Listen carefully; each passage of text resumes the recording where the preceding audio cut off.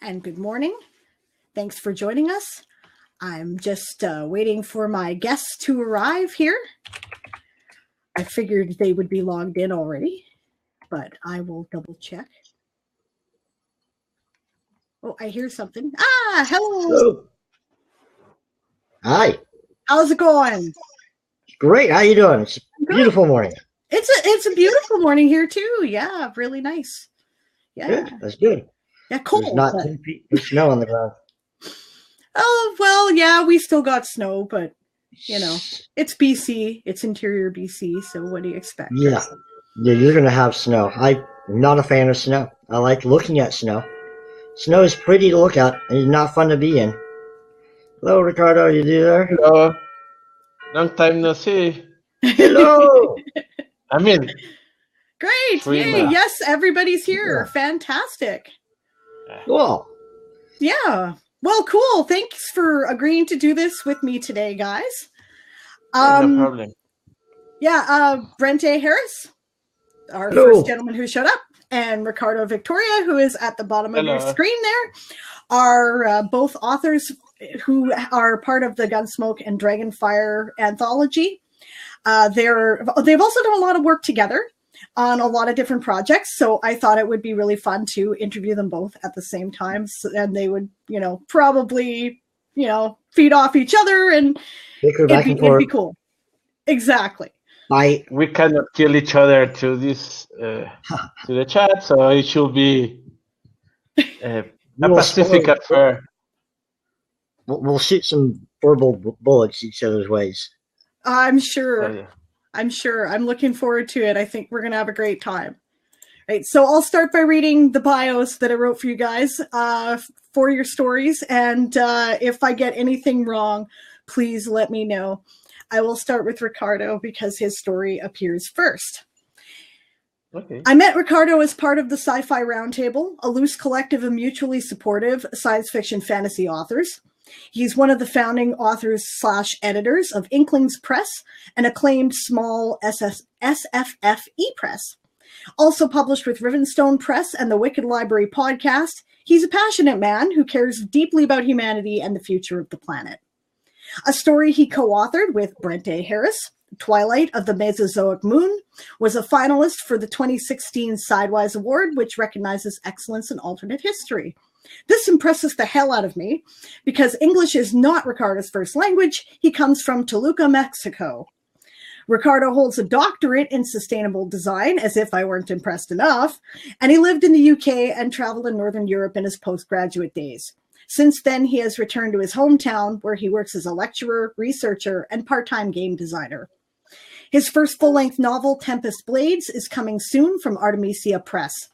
He says his inspirations are George R.R. Martin, H.P. Lovecraft, Terry Pratchett, and 80s cartoons, and I can see elements of all of the above in this story. You'll find him and the photographic evidence of his toy addiction, which is awesome, by the way, on his website, ricardovictoriau.com, and I will put that link in the chat here. I'll remind people. That's good. I got everything right? Yeah. Okay, good. We lost Brent. Where'd he go? Had to leave because of somebody was at the door. Away. Yeah, he's famous. It sounds like somebody. He owes me a rematch, so. That's awesome. Yeah, well, while we're waiting for him to come back, okay, so let's talk about, okay, actually, first I should say, we are doing this for our Kickstarter, right? And if you are watching at home, you will see that there is an option to pledge that is right on your screen and easily accessible, and we hope that you will be inspired to do that. We're farther ahead now than we were. I was getting worried, but we're at $731 today, and that is 49% funded. So, we can do it, but there's only 10 days left or 9 days left as of today. So please support that's us. right. All right, and now Brent is back. So I will read Brent's bio. Let's see here. The Burning Plains. Okay. I can't follow Ricardo. Man, that was an awesome bio. Your bio is pretty awesome too. I first met Brent when I submitted a story to an anthology he was editing, which he rejected, but that's neither here nor there. We found common cause in our love of alternate history, historical fantasy, and National Novel Writing Month. He's one of the founding author editors of Inklings Press, and he's been nominated for the Sidewise Award for Twilight of the Mesozoic Moon with Ricardo Victoria, and his novel A Time of Need. This historical fantasy alternate history story features famous U.S. lawman Bass Reeves. For his day job, Brent is a full-time creative writing master's student and full tuition scholar at National University, as well as a proud stay-at-home dad, which makes him a braver man than I. He lives in 29 Palms, which is in Southern California, and claims he's become convinced that Joshua trees are real trees. I agree with you. He has a simple but elegant website at brentaharris.com and an active and friendly Twitter page, but probably the best way to find his work is his Amazon page because there's quite a list of it there. The same holds true of Ricardo. I did include that in the bio, but I didn't read it out. So here is Brent's address if you guys want to check him out. And ironically, Ricardo built that website for me. So thank you, Ricardo. Oh, he's a freaking genius, isn't he? He does website design, which I just learned. He does all the covers for Inklings Press, which are all awesome. Right? The first thing that made me want to read it was looking at those covers. I saw, I think, the Tales from Alternate Earths, the first one, and all the the planets and the different Earths, and I'm like, oh, yeah, this looks good. That looks like my thing. So cool.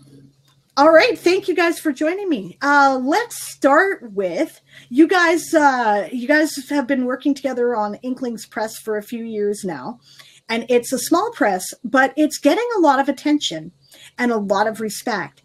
What made you guys decide you wanted to start it, and what got you involved in that? Rejections, pretty much. Was around 2014 or less. I started to reconnect with friends from that I met in the UK, like Brent, like Stephen Hunt, aka Leo McBride, and we were trying to support each other in this thing called writing. And I recall I submitted a horror story to Lovecraft fanzine. I can't recall the name. And I don't think we were too drunk or too high that night when we were discussing about the rejection, and the idea came about let's do this for by yourselves. Why someone else should take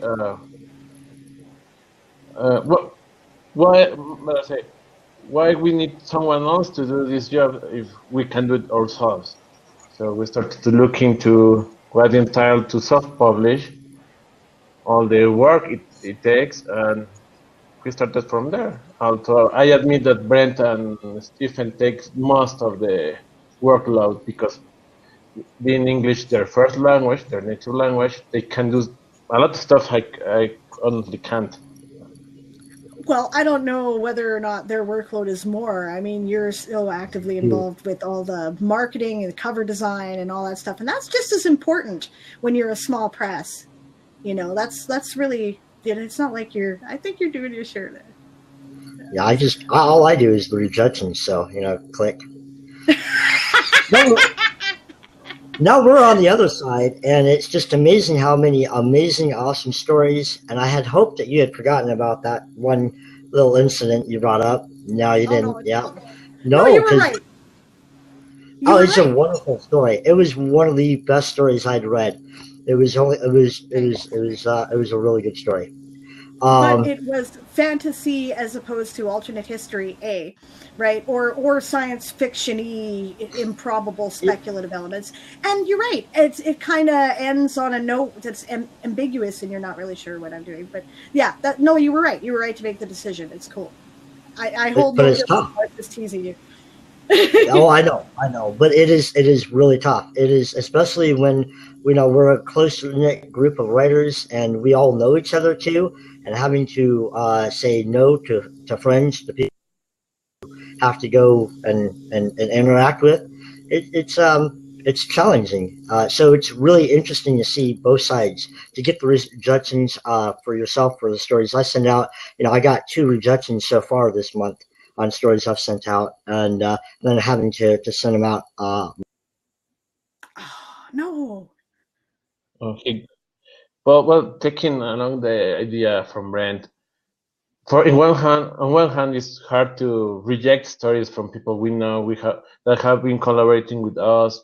For example, some of my friends from Mexico, that were one of the first authors to support England's press. We have to reject their stories because we want to improve the level of each publication every time. We have to be better than the last one because our real competition is ourselves. So it's teaching us a lot about the publication process, and and at the same time, it's also helping us to become better writers. I hope so. I mean, rejections, because we still try to send to other outlets to get traditional publishing contracts. Our part of rejections is pretty tall, like pretty much every other writer, but it's also teaching us a lot from both sides. So at least personally, I have learned to don't take personally the rejections, because I know it's not personal; it's part of the process. So maybe this story didn't connect with the editorial turn, or maybe I can fix some issues, and so it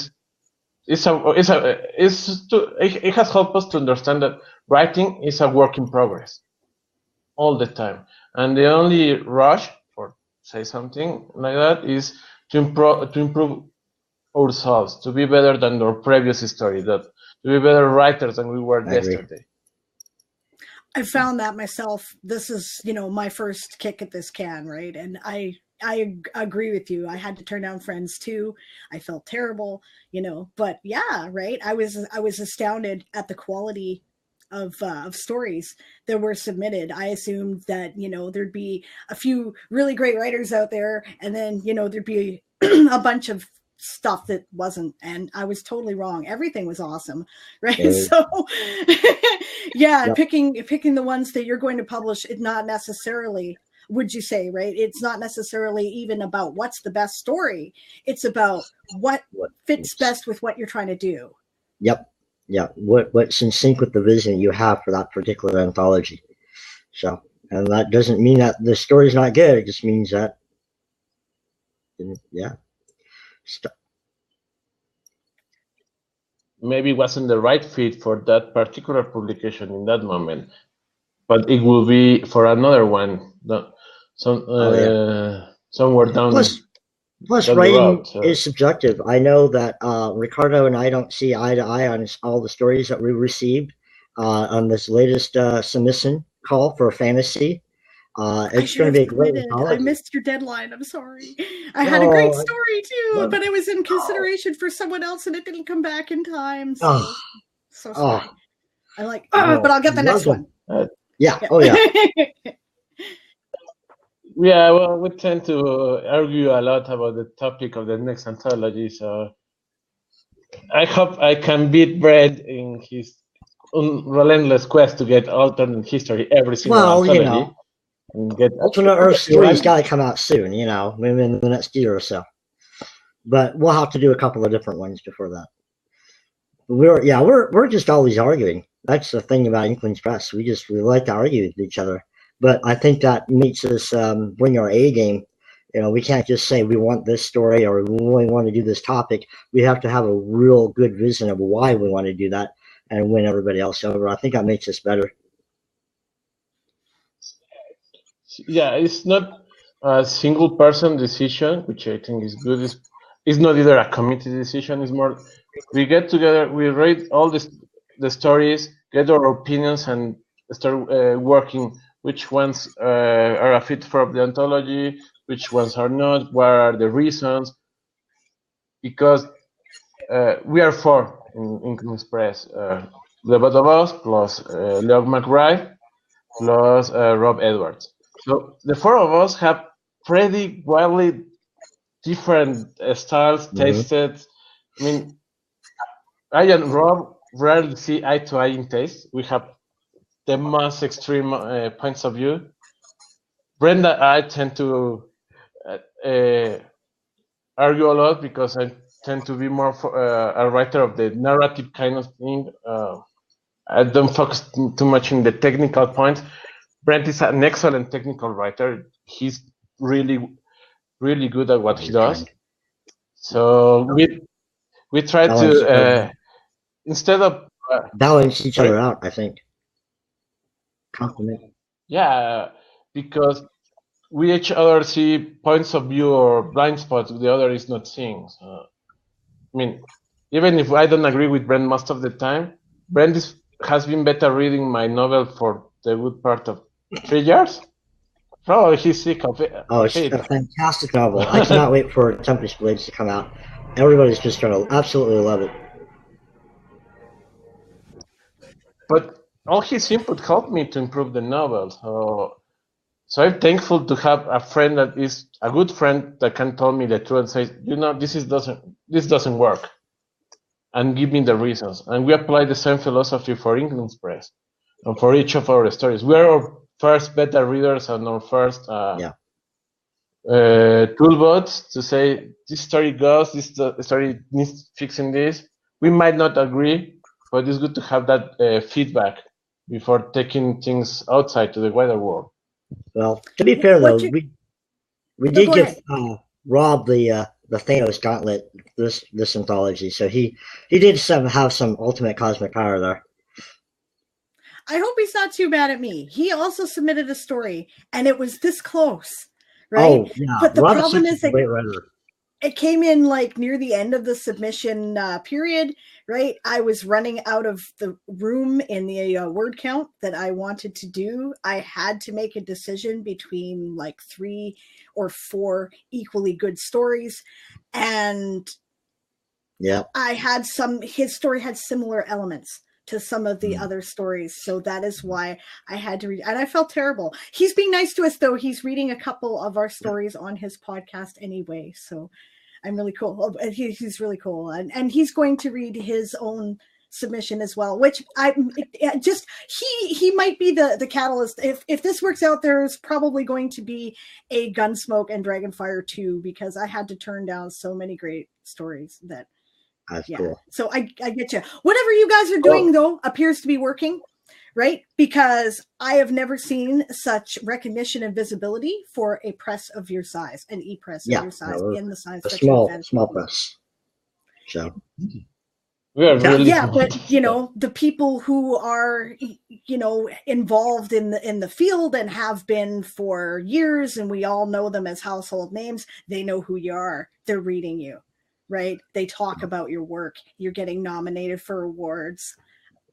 Kudos, guys. Kudos. With that said, we do have a lot of talented Inkling Express writers, people in anthologies. It is award season. I'm not asking for us. I could care less, but if you find it in your hearts to read one of those stories and you really like it, throw it on. You know, it'll make their day. It'll make their year. I guarantee it. Just give them some visibility to help them out, because writing is a challenging task. It's very daunting. And, we have some very talented, very gifted writers who love to see them get the accolades they deserve. Absolutely. Some of them are getting traditional publishers, are getting nominations, but the thing a writer struggles the most is with visibility. So, yeah, as Brent said, if you like their stories, whatever the story is, whoever the writer is, please support them.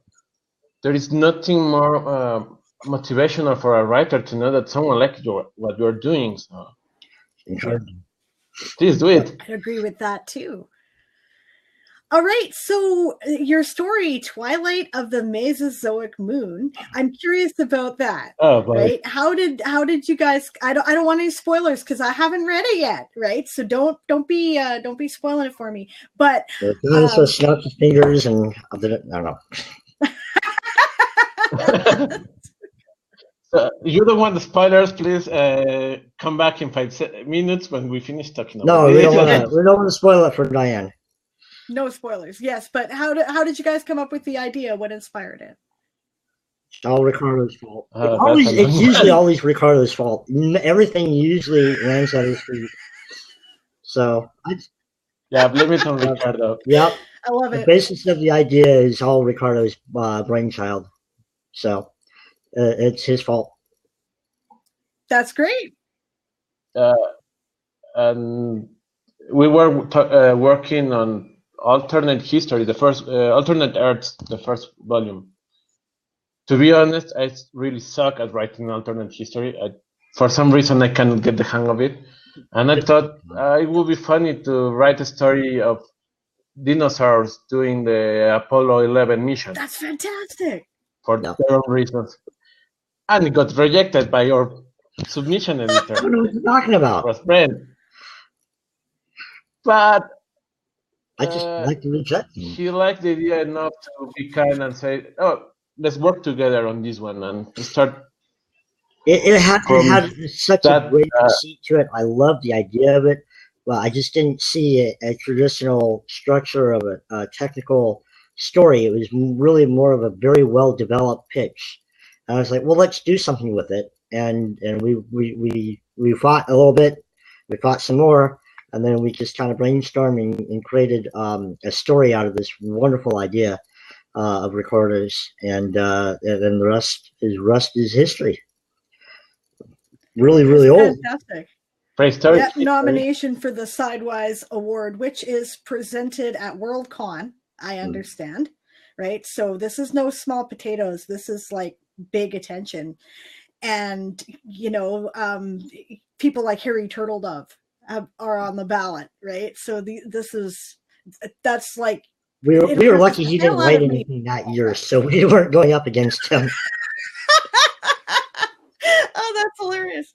Yeah, that year I have to say the competition was fierce. There is another collaborator from Inklings that got nominated and won for short story, right? Daniel Benson, whose novel is going to be out in a few months. Oh, it's out. His novel is out. It's Flame Press, Junction. Yeah. So he went on to win the Sidewise Award. He got a traditionally publishing contract and wrote a book that had nothing to do with the Sidewise Award story, but that's okay.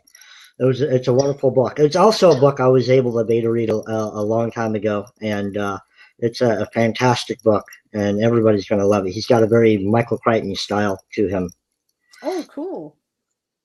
He's a really good writer. We are honored to have him as part of the Inklings collaborators in that book. He wrote the intro for Alternate Earths Volume 2. So, yeah, that year was... I remember when we got the notification of the nomination, and I told Brent, "Hey, look at this." And he said, "No, you're joking.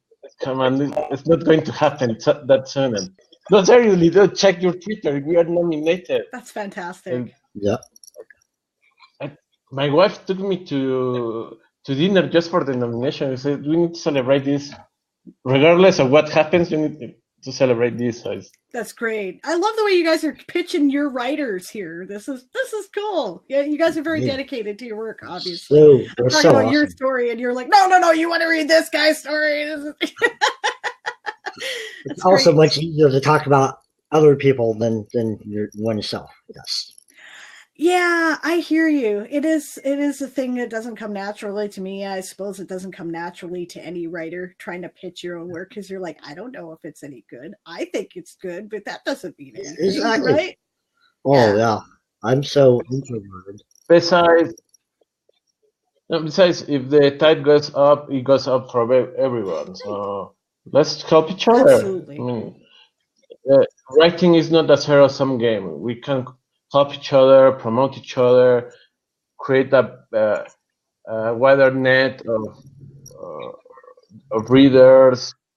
It's not like one reader is going to buy one book and that's the only book he's going to buy their whole life. They can get thousands of stories to read. So that's I like to say readers will never, be angry because you suggested something else for them to read, right? They're addicts. I know, because, guilty as charged, right? So I always want something else to read. If I liked a book, and if something else is similar, tell me, because I want to know. I want to read it. So yeah, there's no need to be, aggressively competitive with one another. We can be supportive, right? And I think that's fantastic. And I love that you guys have the philosophy.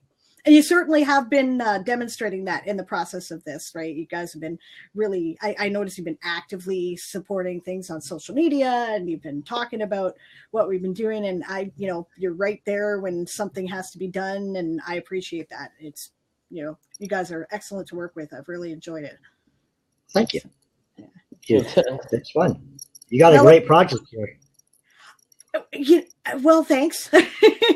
Again, that's one of those. I have to praise or high now. But no, I mean, but this is a really good project, and it made me stretch my boundaries because I've never written a story for that type of genre. But you had me hooked, and the idea of it was just awesome. And Weird West, and I think you should tell us a little bit about what made you inspired to do Weird West. And you could probably plug in your Weird West stuff too while you're at it. Oh, you're sweet. I did. Our Daniel Lester interviewed me just a few days ago, right? And so, but I don't want to take up too much of your guys' space talking about it. But I will say that I think that. Okay, actually, no. This can be new. This can be new stuff. Okay, I read The Gunslinger ages ago. Right. And the idea kind of stuck with me, Stephen King, the Dark Tower series. Right. And I was like, this is interesting how you combine these different elements. And I've always really liked it when the genre doesn't stick to a box. Right. When you break the conventions and do a bunch of crazy stuff all at once and then make it work. Right. Because I think the key is to make it work with the characters. Right. If the people act like people will believe it, right? So, and then I don't know. We had this idea for this role-playing game. We're like, hey, let's play fantasy gunslingers. I'm like, that sounds great. So we brought in all the stuff from traditional fantasy worlds. It's like, I like to say it's like Tolkien meets Tombstone. I like it.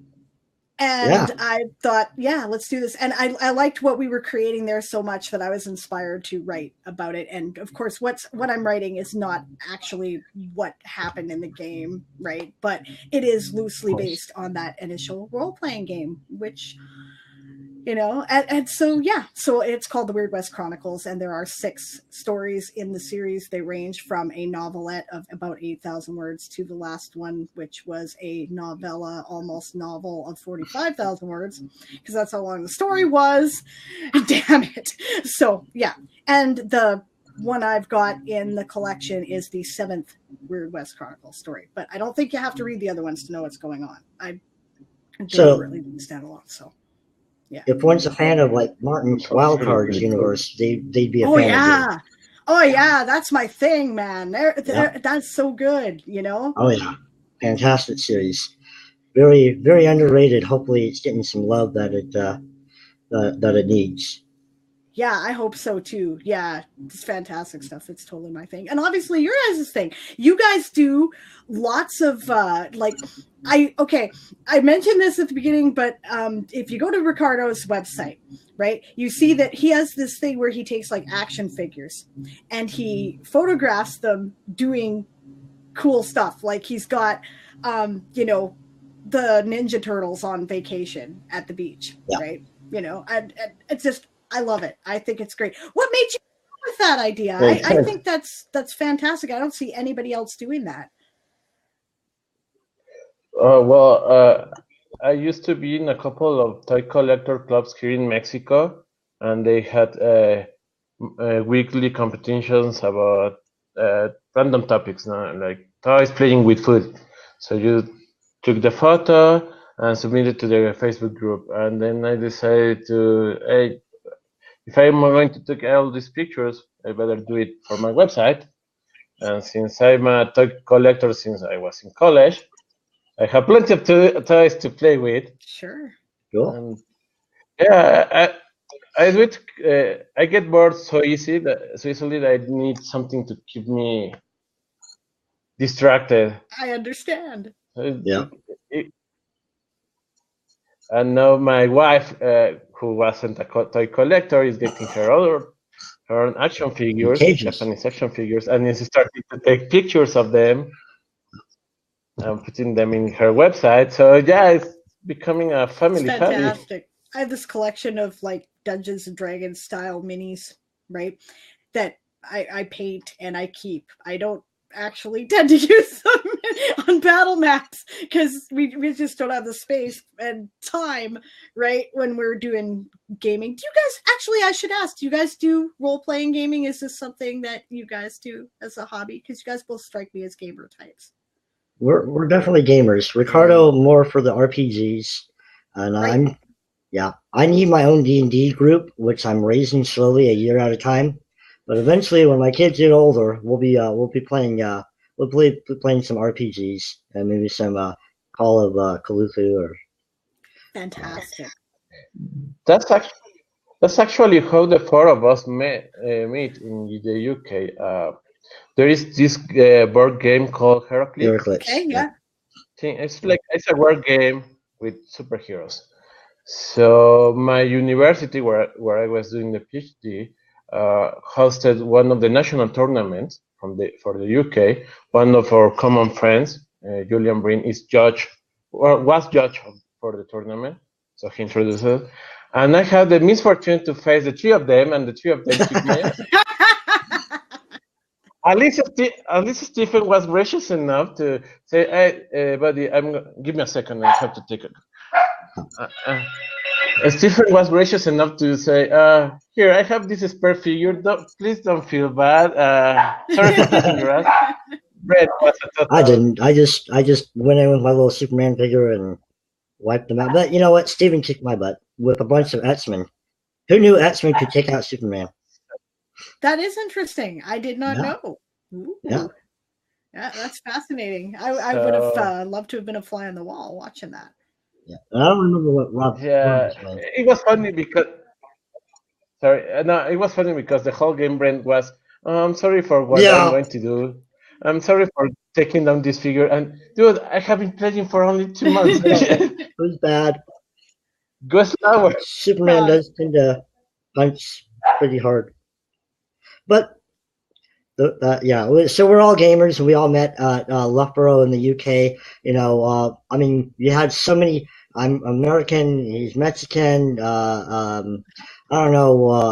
We got Iris. We got Rob is Rob, and we're just all. What are the odds that we all meet at? And we kind of just carried over that friendship over the last 12 years. Wow. More or less, yeah. You know, we've been out of contact for a little bit, but we're all back together now. That's fantastic. It's really cool. Cool. Okay, so your novels. Uh-oh. Yes. Tell me. Let's start with Brent, please. I think his novel, his novel needs more recognition because it's a really good novel. It's just it's history, so it doesn't get that type of visual. I mean, it doesn't get that type of. There's a lot of people who don't like history. Yeah, I get that, and it's weird to me, right? Because, okay, I remember being a little kid and going, well, why would you? I mean, like, this stuff already happened, and in school they teach it as just a list of names and dates. Somebody came to visit. Let's just your doggy. Yeah, give me a sec. I'm going to plug a little bit, so don't mess with it. No problem. Give me a sec, please. Yeah. So, as I was saying, right? Okay, but in school they're all like it's just names and dates, right? Yeah. And Yeah. Oh, yeah. I don't know how they managed to make it as bloody boring as they do, because when you I don't know start either. actually reading about what really happened in human history, people have such interesting stories, and there's so History, much out there that is people. hinged on a personal decision, or a moment of choice, or Mhm. a random event, Yeah, you right? zig instead of zag, and history is completely different. Yep. I mean, Yeah, I history think it's is fun. It's fascinating. exciting. I mean, so much depends on somebody's choice. You know, whether they sleep in or get up early, or whether they had a good dream or they had a nightmare.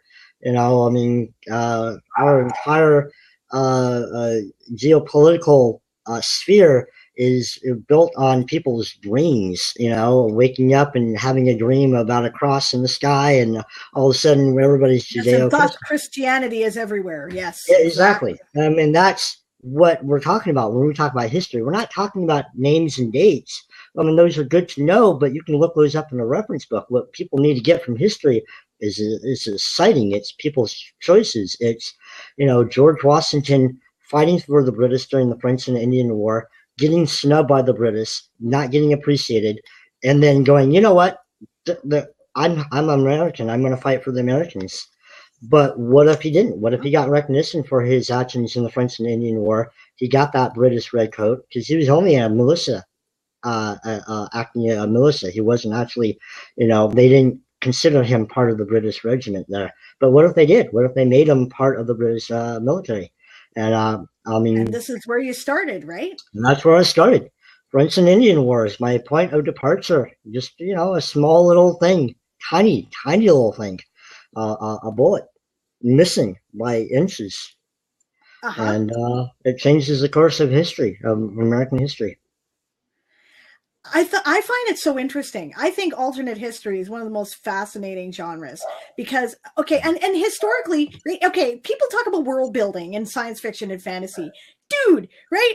Constantinople is like a whole different world, right? It There's is. so much going on there that's like, interesting, and so different from what we think and how we feel about things. And you go back to the beginnings of the American Revolution, right? That's still a very different world. It's, Mhm.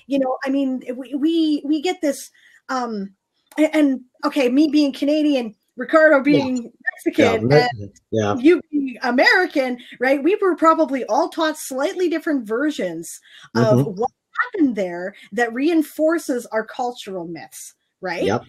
So, and so it's really kind of interesting to look at it from those different perspectives. And if you take it from different characters, you really can see it in a different way. And I think that's Exactly. amazing. Right. Oh So I'm yeah. very excited about it. You were nominated for the Sideways Award for A Time of Need, right? And I believe you shared the docket with Harry Yeah, Turtle's. yeah. I was doing up against some amazing, amazing people. I mean, I was in a Yeah. room with, you know, Harry Turtledove, Gregory Benford, Ryan Small, Yeah. and the guy who won Blue Sable for you know, what if the Beatles had stayed together, which is a fun, awesome book. But I That mean, sounds cool. yeah, I it is wonder really about cool. that. It is really cool. But I mean, I was also the most out of place in that room because I mean, there was like two rocket scientists, a PhD in Byzantine history, and you know, an Emmy, a producer, Hollywood, you know, bigwig guru guy. Then I was just going. I Yeah, wrote a and poem. Gregory Benford, who's Yeah, Gregory Gregory Benford. Benford is Yeah. yeah the Yeah. nicest guy on the planet, by the way. So I mean, they all That's are. cool to know. That's They cool to are know. all are. They're all approachable. You can talk to them, ask them questions, and you know, we kind of keep in touch a little bit on Twitter and social media too. Good stuff. You know, not yeah, but yeah, Good. yeah, Maybe it's I'll cool. tap you to try to help me put together my alternate history panel for the Sifwood channel. Yeah. Well, you know, I would, you know, maybe if I can be on that panel too. No. Well, I actually, yeah, of course. Like that was Oh, totally okay. my Well, you intention. know, if you insist. Yeah, I Twist do my insist. arm. I would really like to do it, and that would, because these are the people I want to talk to, right? So that's great. I saw that picture of you on that panel. I was so happy for you, and also a thank you. little jealous because I'm fans of It was, all these oh guys. yeah, So I'm a fan. yeah, I'm a fan too, first and foremost. And it was hard. It was very hard to keep my fanboyism, my geek in check. It was difficult, but I might have gushed a little bit too much. But I'd have been like, I'm just totally fangirling on these guys here. You just don't mind me, Yeah, exactly. I'm a huge fan of alternate history. It's a great genre. And give a shout out to a TV show called Timeless. Hopefully Hulu will pick that up. It's an amazing show. Sometimes I cringe a little at the history, but I mean it's a fantastic show. The concept's good, and they're usually pretty good. Yeah, sometimes they're like, and you're going, but yeah. You gotta make the history the story too. Sometimes you gotta do. Yeah, that's true. Tough call. Well, hey, Patrick O'Brien made the war longer, the Napoleonic War longer, because he ran out of years to describe the stories he was trying to tell. Just keep going. Yeah. Nobody will notice. Yeah. All right. Now we get to talk about Ricardo. Perhaps more accurate, but yeah. No, that's cool. And Ricardo has a novel that is coming out, or has just. When is it going to be out? In August 20 in this year. It's already in pre-order in Amazon. Also, Amazon hasn't dated the image for the cover, but at least for the soft cover version, the actual final cover is already up. So you can let me search for the links so I can share it.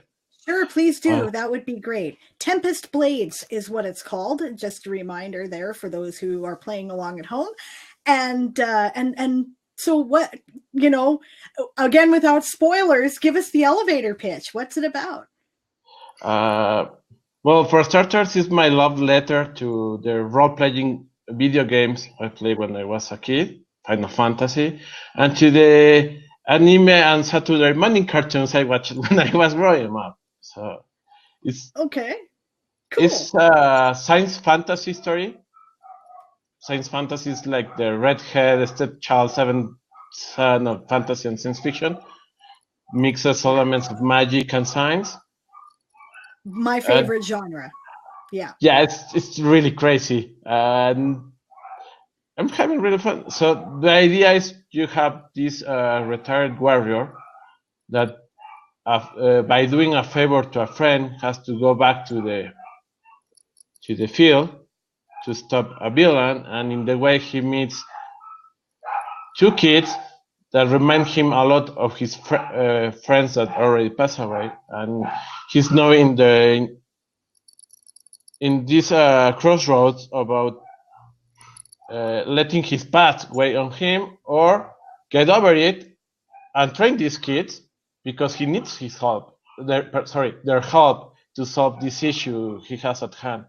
So when I was talking with Brent, when I was developing the idea, I told him that as a teacher, I always get annoyed that the teacher is the first one to get killed in a fantasy story. Oh, I know, right? Yeah. I mean, come on, Obi-Wan Kenobi didn't have to die there. That's right. Obi-Wan.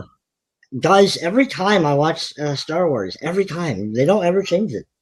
So Same happened last year with The Last Jedi. I mean, I love that movie, but I really wanted to see Luke taking on the role of a teacher. So I decided to write the story, to write this novel from the point of view of the teacher that is trying to survive what is a really common trope. I'm totally I know I'm going to die here for just that reason, because you're right. It's always like that, right? Mm-hmm. The closest thing I can think of that didn't kill off the teachers in recent history and showed kind of who they were as people were the Harry Potter books, right? But even then, it starts with the whole, the teachers are such a pain in the butt, blah, blah, blah, all the time, right? I want to know what what Professor McGonagall was doing, because what was she up to? Because she kept just showing up and she's all like, yes, I've been, and she's up to something, right? You're like, what have you been doing against the, against Voldemort, right? What's your story? Yeah, right. I'm in for just that reason. I totally want to check that out. That's fantastic. I want to know what the teacher's deal is. And the great thing about Ricardo's writing style is it's very breezy. There's a lot of action. It's surprising how quickly you can just turn the pages and be done with and be finished with it. And you're like, oh, well, I just started. So it's a page turner. And that's fantastic. It's a very difficult thing for writers to do. A lot of people like to throw a lot of things into books and slow it down. But Ricardo's really kind of, I like that too as a historical person. But Ricardo's is just. Now he's all backpedaling. No, I overdo it. But yeah, no, I hear you. I like a page turner too, right? And let's face it, right now people like a page turner. That's what they want. They don't want cinematic. People cinematic. like more cinematic styles in the reading. Sure, they do. Absolutely. I wrote the novel The Way Brent Says for 2 reasons. One, given that English is not my first language, so I had to, I won't say simplify, but make things easier, because otherwise it would be a titanic task to finish a novel. It took me a couple of years to get it done. So, I'm trying to use a weakness as an advantage for me. The second one is I'm trying to write the book I would like to go and buy in the bookstore. That's right. That's what they say to do, right? Write the book you want to read. And the third one is I have a really good friend, a female friend, was one of our maid of honors in my wedding. She's also a writer. Was one of the first writers to submit to Inklings Press when we started. Plug her story. Plug her story. Plug her. Sorry? Go ahead. Tell us who the mysterious person is. Yeah, her best story, in my opinion, is her horror story called The Beast. It's in English, in Tales from the Tower. Yep. Her pen name is Aleiko Dachura. We are friends from high school, and she's a voracious reader. Okay. She reads probably more than the average, more than the rest of the population of my country. Okay. So she gave me a challenge. Write a novel. If you want to expand it, it's okay. But write a novel that starts and ends in the same book. Okay. Because something and it's an interesting challenge because, we know we have this massive series like A Song of Fire and Ice, which I'm fan of. But it gets annoying that they don't get finished. Yes. Because you need to wait to the next book to get the story. So my approach is more like I'm writing each book because I'm planning to write more books in that setting, but as self-contained stories. There is a continuity, but you get the start and the finish of that particular arc in the same book. There is no cliffhangers. Think about like the Avengers movies, the first one and second. There are continuations, there are sequels, but you can watch each movie and see a start and an ending without having to wait for the next one to. Well, right. For Avengers Infinity, but no. Sorry? Infinity War, much to people's dismay, is actually a completely self-contained story. The hero's journey, and I think I just got lost. There you go. No, you were frozen for a minute, but you're good now. You're back. Well, I think I don't think Thanos wanted me to explain what was going on there. Maybe not. Yeah, it's a conspiracy. No, but it was a complete hero's journey for him. I mean, it was a complete story. Right. Absolutely. Yeah. I hope people like it when it's out. Oh, they will love your book, Ricardo. It's a great book. Go out and pre-order it right now. I think it sounds like a great concept. I would like to know, is that like more than one puppy in the background there? Who? Yeah, I have 2 puppies. Cool. So sorry for the noise. The oldest one is really quiet, but the younger one is very hyperactive and very quite territorial, so very protective. So every noise she hears, she starts barking because thinks it's something. Sorry about that. No, it's cool. You know what? I probably 2 out of every 3 interviews I do, there is a child or a family pet that announces themselves. So, yeah, no, that's pretty cool. What kind of dogs are they?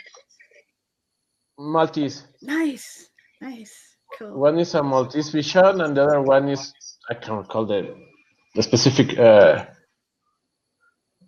one, but this Maltese. What are Maltese? That's awesome. Which are also the inspiration for a science fiction story that is going to be published by the Sci-Fi Roundtable. Okay. They are the main characters.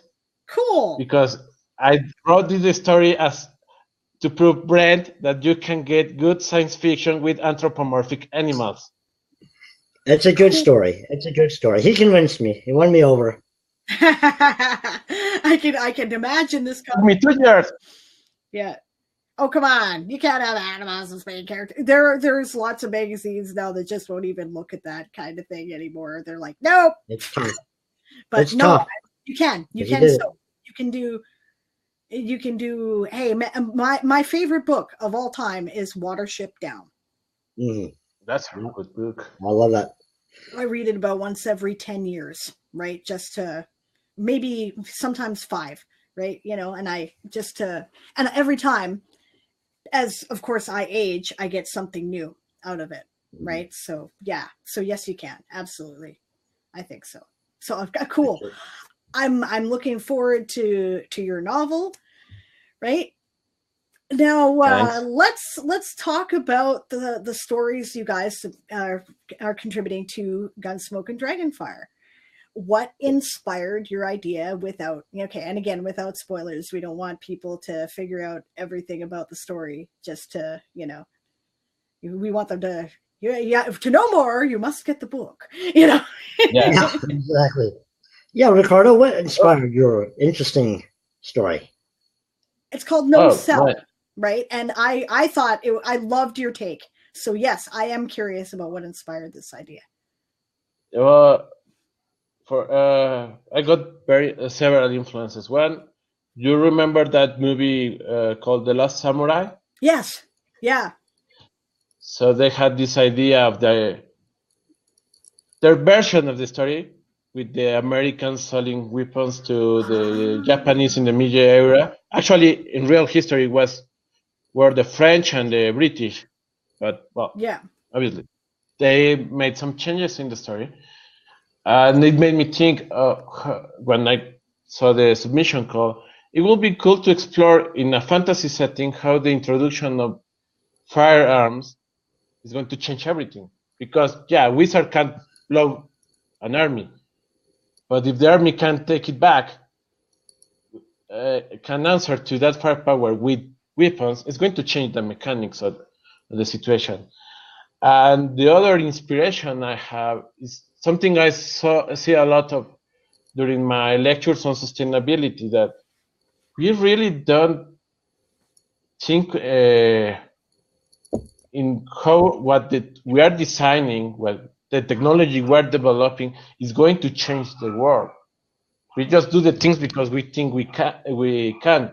But like in Jurassic Park, we never ask if we should be doing those things. I'm not anti-technology.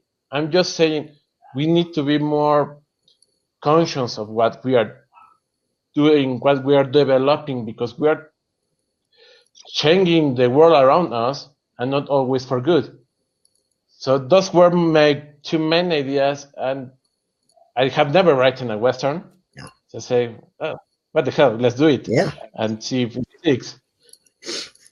It was good that you like it. I love it. Yeah, thanks. And sometimes I write the stories that are more melancholic than my usual.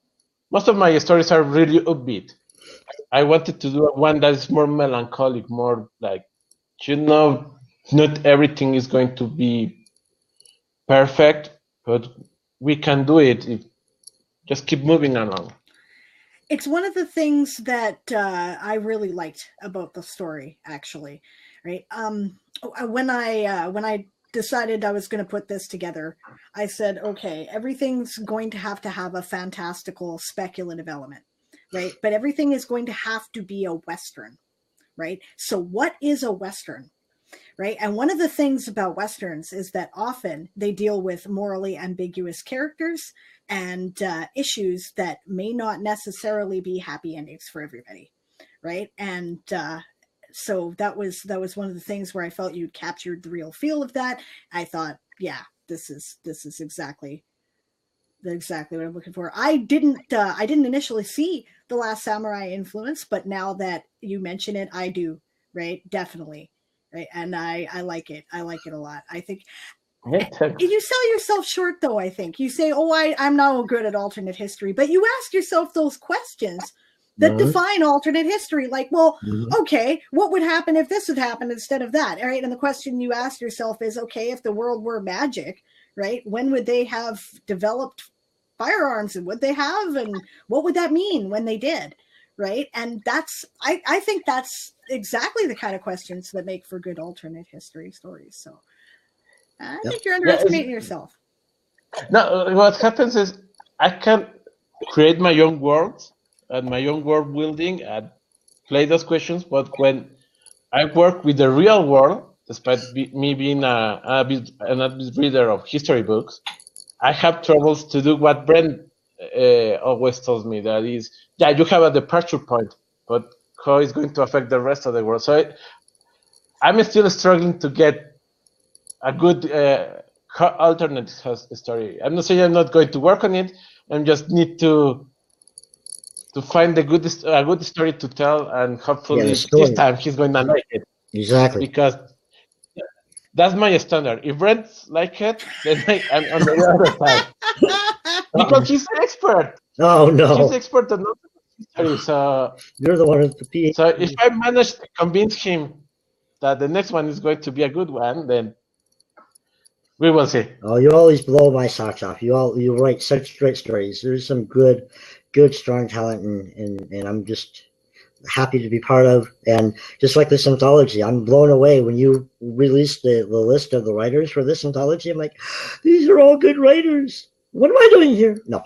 I felt exactly the same way. I'm like, why, because this is, honestly, this started as just a little indie project, right? And I expected I was going to get like a handful of submissions and, maybe, get some attention, right? Increase our sales a little bit because we'll expose each other to the others. It's the same reason you do indie book bundles all the time, right? But I put it on the grinder. Right. And I think that made the difference, because then I ended up with submissions from people that I know are pro writers, and I'm like, these are serious people, right? And they're good. Right. And the quality is so good. And it just kind of blew up. Like, it's now over 150,000 words. I'm trying to find a way to cut things that's not cutting anybody's story because with the addition, it's a big book. Yeah. With the addition of Diana Paxson's story at the last minute, we have ended up, and 150 was like my absolute cutoff, right? 1,000 words. I was like, okay, that's it. And, under no circumstances. And I was aiming for more like 120, 130, right? And so, yeah, it kind of blew up. So. I like it. But these are great. That's a fantasy level book right there, almost. Not quite an epic fantasy level, but it's a big, yes. Good value for your, It will. Yeah, it's good value for your money. You're going to get a lot of excellent stories. Yeah, New York Times best-selling author, and people, really good stories there. Yep, I'm excited to read my copy. Yes, and so tell me about what inspired The Burning Plains. No, I thought we were going to. No, all right. Well, you have to do it. Well, it's almost about, done. Almost done. We are, yes. And really quick, I'll throw my elevator pitch. What if you took a Western story and imbued it with like the traditional knight goes off and dragon? So it's a Western story, but it's got that fantasy element to it. And for my knight, we have the one and only of the West, the legendary lawman Bass Reeves, who is a real historical figure, who is so fascinating and is so amazing that they took his life and turned it into the Lone Ranger. And a lot of people don't know that. A lot of the Lone Ranger's exploits are based on the real life things that Bass Reeves did. Done. He was a master of disguise. He was a friend to in the Midwest. He captured I forgot the number, but like 3,000 plus bad guys, if you want to say it. He was known for sometimes leaving a silver token or a coin with the people he helped. He's rode a white horse. He is an amazing figure, and I've always been fascinated about it. Even Timeless did an episode on Bass Reeves. It was an amazing episode, and I'm like, well, let's make him the. What would happen if he was in that role of a fantasy to go off with a dragon as the fantasy element? I thought it was a very interesting thing there, and I hope I wrote a good story around that. I think you really hit on the concept of what I was trying to do, right? But one of the things about Westerns is that they have a lot in common with knight errant stories or stories of Ronin, right? And so the blend just seems natural to me, right? And I think you've done exactly what you set out to do, because that was totally the impression I got. It's fantastic. I love it. Cool. And your friend's so cute, Ricardo. Oh my goodness. Yeah. The little She's my youngest puppy. She's so adorable. Oh, whose wonderful clock is that? I'm just curious. I'm not criticizing.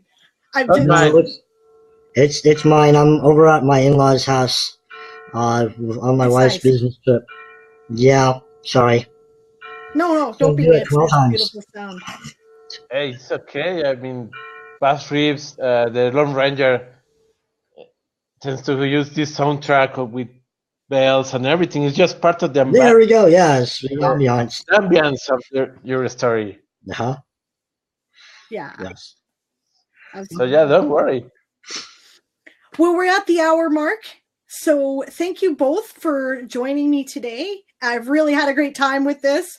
I look forward to opportunities to talk with you both again in the future, because I can see we're all nerds in the same way, and I love that. So that's great.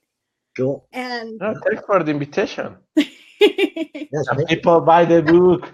Yeah. That's right. Buy the book. Support the Kickstarter. Exactly. Buy the anthology, please. Fund us. Yeah, please. you want to, right? Okay. Mm-hmm. You will. Yeah, you will buy this book. Yeah. Oh, you guys were awesome. Thank you so much. And have a great rest of your day. Thank you. Thank you. Thanks for joining us, folks at home. Bye now. Okay.